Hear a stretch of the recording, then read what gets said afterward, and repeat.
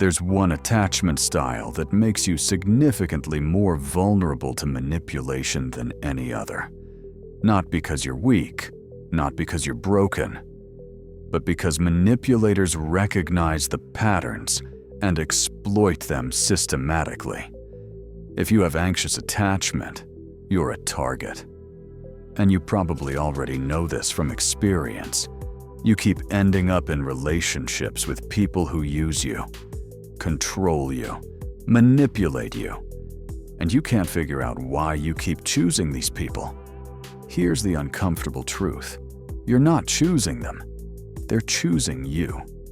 Because anxious attachment creates specific vulnerabilities that manipulators can identify and exploit within minutes of meeting you. Machiavelli documented this exact pattern 500 years ago. He called it attaccamento ansioso sfruttabile, exploitable anxious attachment.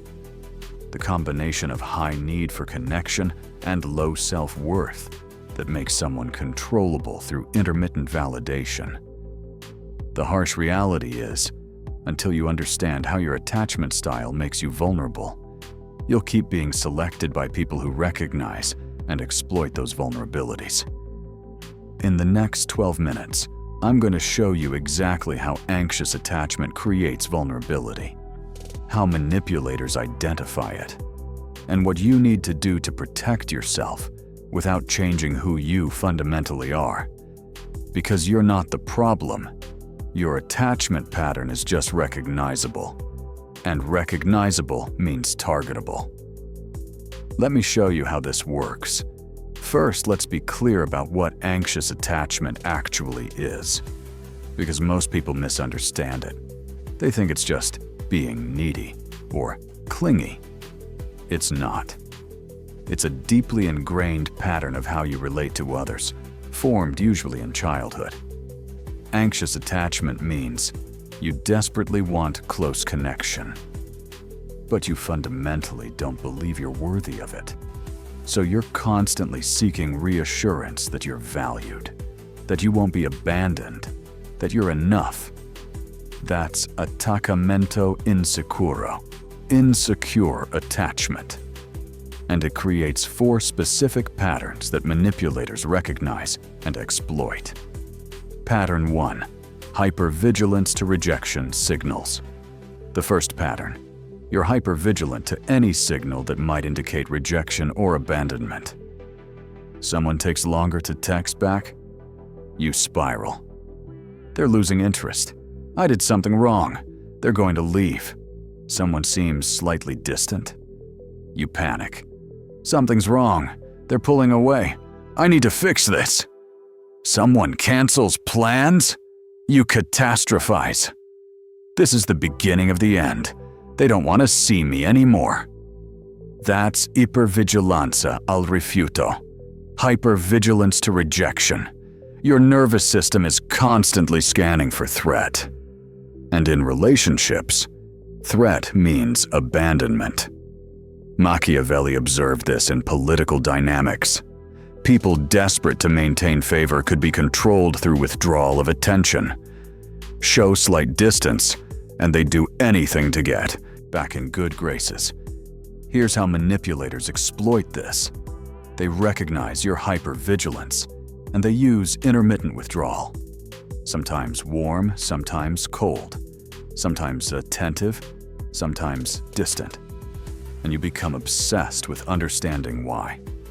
With getting back to the warm phase, that's not love. That's controllo attraverso ritiro, control through withdrawal. They've identified your hypervigilance and weaponized it. Pattern 2. Chronic self-doubt in relationships. The second pattern. You constantly doubt your worth in relationships. You assume problems are your fault. You believe you need to earn love through perfect behavior. Something goes wrong? It's because I'm too much, too needy, too emotional, not enough. They're upset? I must have done something wrong. I need to figure out what and fix it. Conflict arises. I'm the problem. I need to change. That's autovalutazione negativa, negative self-assessment. Deep belief that you're fundamentally flawed and need to compensate to deserve love. Machiavelli understood. People who believe they're inadequate will accept poor treatment because they think poor treatment is what they deserve. They think being chosen at all is a gift they should be grateful for. Here's how manipulators exploit this. They reinforce your self-doubt. Subtle criticism, comparing you to others, pointing out your flaws while positioning themselves as the person who accepts you, despite your inadequacies. Most people wouldn't put up with your neediness, but I do. You're lucky I'm patient enough to handle your emotions. Other people have told me you're difficult, but I see past that. That's rinforzo del dubbio, reinforcement of doubt, making you believe you're lucky they tolerate you, when actually, they're lucky you tolerate them. Pattern 3. Prioritizing their needs over yours. The third pattern, in your desperate attempt to prevent abandonment, you prioritize their needs over yours, consistently, automatically, to the point of self-erasure. They need something. You drop everything, even if you're exhausted, even if you have your own priorities. They want something? You agree, even if it violates your boundaries, even if it harms you. They're upset? You manage their emotions, even if you're the one who was hurt. That's abnegazione relazionale, relational self-denial. You've learned that your needs threaten connection, so you suppress them, make yourself smaller, more accommodating, less burdensome. Machiavelli documented this as the ultimate vulnerability in power dynamics. People who consistently prioritize others' needs over their own become exploitable, because they'll tolerate harm to maintain connection. Here's how manipulators exploit this. They make increasingly unreasonable demands, and you meet them, because saying no feels like risking abandonment. So you say yes, and yes, and yes, until you've given everything and received nothing. Real talk, this was my pattern for years. Someone would ask for things that violated my boundaries, and I'd do them anyway. Because saying no meant potential abandonment, and abandonment felt like death.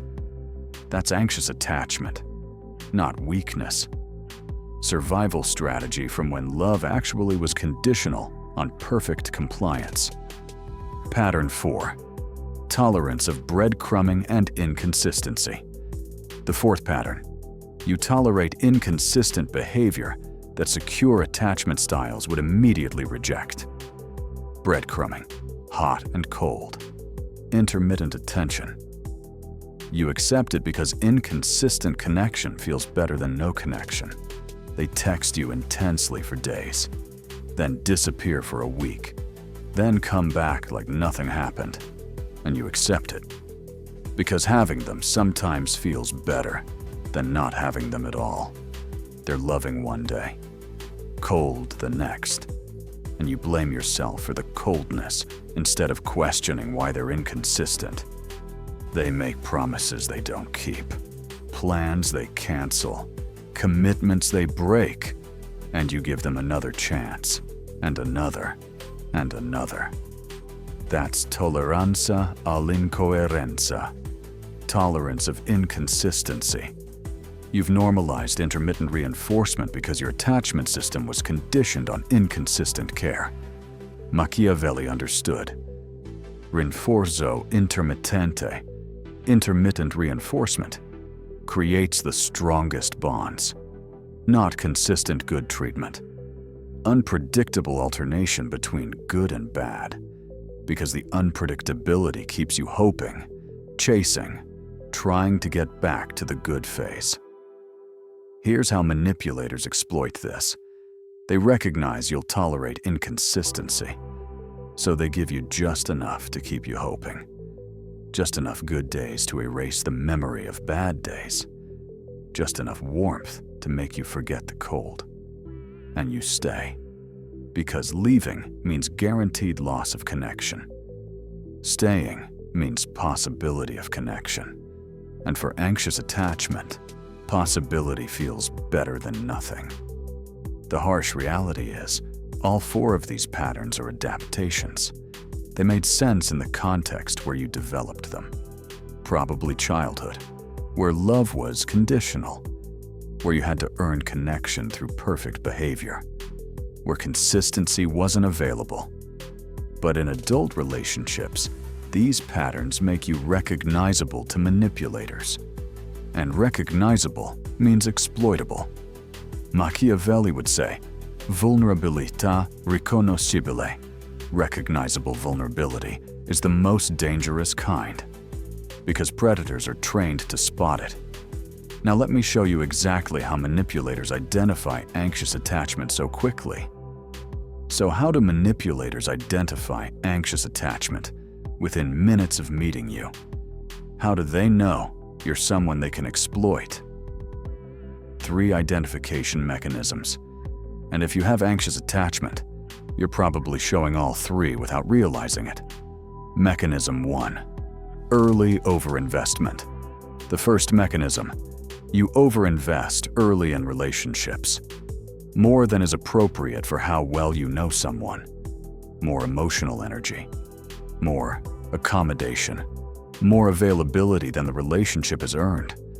You meet someone, connection feels good, and you immediately become very available, responding to texts instantly, adjusting your schedule for them, sharing deep emotional content quickly, investing as if you've known them for months when it's been days. That signals anxious attachment to anyone paying attention, because secure attachment invests gradually, proportional to how the relationship develops. But anxious attachment invests heavily up front, trying to secure connection before it can be lost. Machiavelli called this investimento prematuro, premature investment. And he observed, people who invest heavily before the relationship has proven itself are easier to exploit, because they're already committed, already attached, already afraid of losing something they've invested in. Manipulators test for this deliberately. They watch how you respond to early connection. Do you match their energy proportionally, or do you escalate investment immediately? If you escalate, you've been identified. Mechanism 2. Response to withdrawal. The second mechanism, they test how you respond to withdrawal. They create small distance. Don't text back for a day. Seem slightly less interested. And watch your reaction. Secure attachment response. Notice the distance, but don't panic. Maintain your own life. Maybe check in casually. If distance continues, might directly address it or accept the relationship is shifting. Anxious attachment response. Panic. Increase effort to re-engage them. More texts, more availability, more trying to figure out what went wrong, more attempting to return to the previous level of connection. That panic response signals anxious attachment clearly, and manipulators use it as confirmation. This person will chase when I withdraw. This person is controllable through intermittent availability. Real talk. I've done this more times than I can count. Someone would become slightly less responsive, and I'd immediately increase my effort.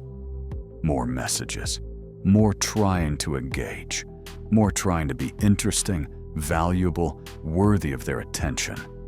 That wasn't connection building.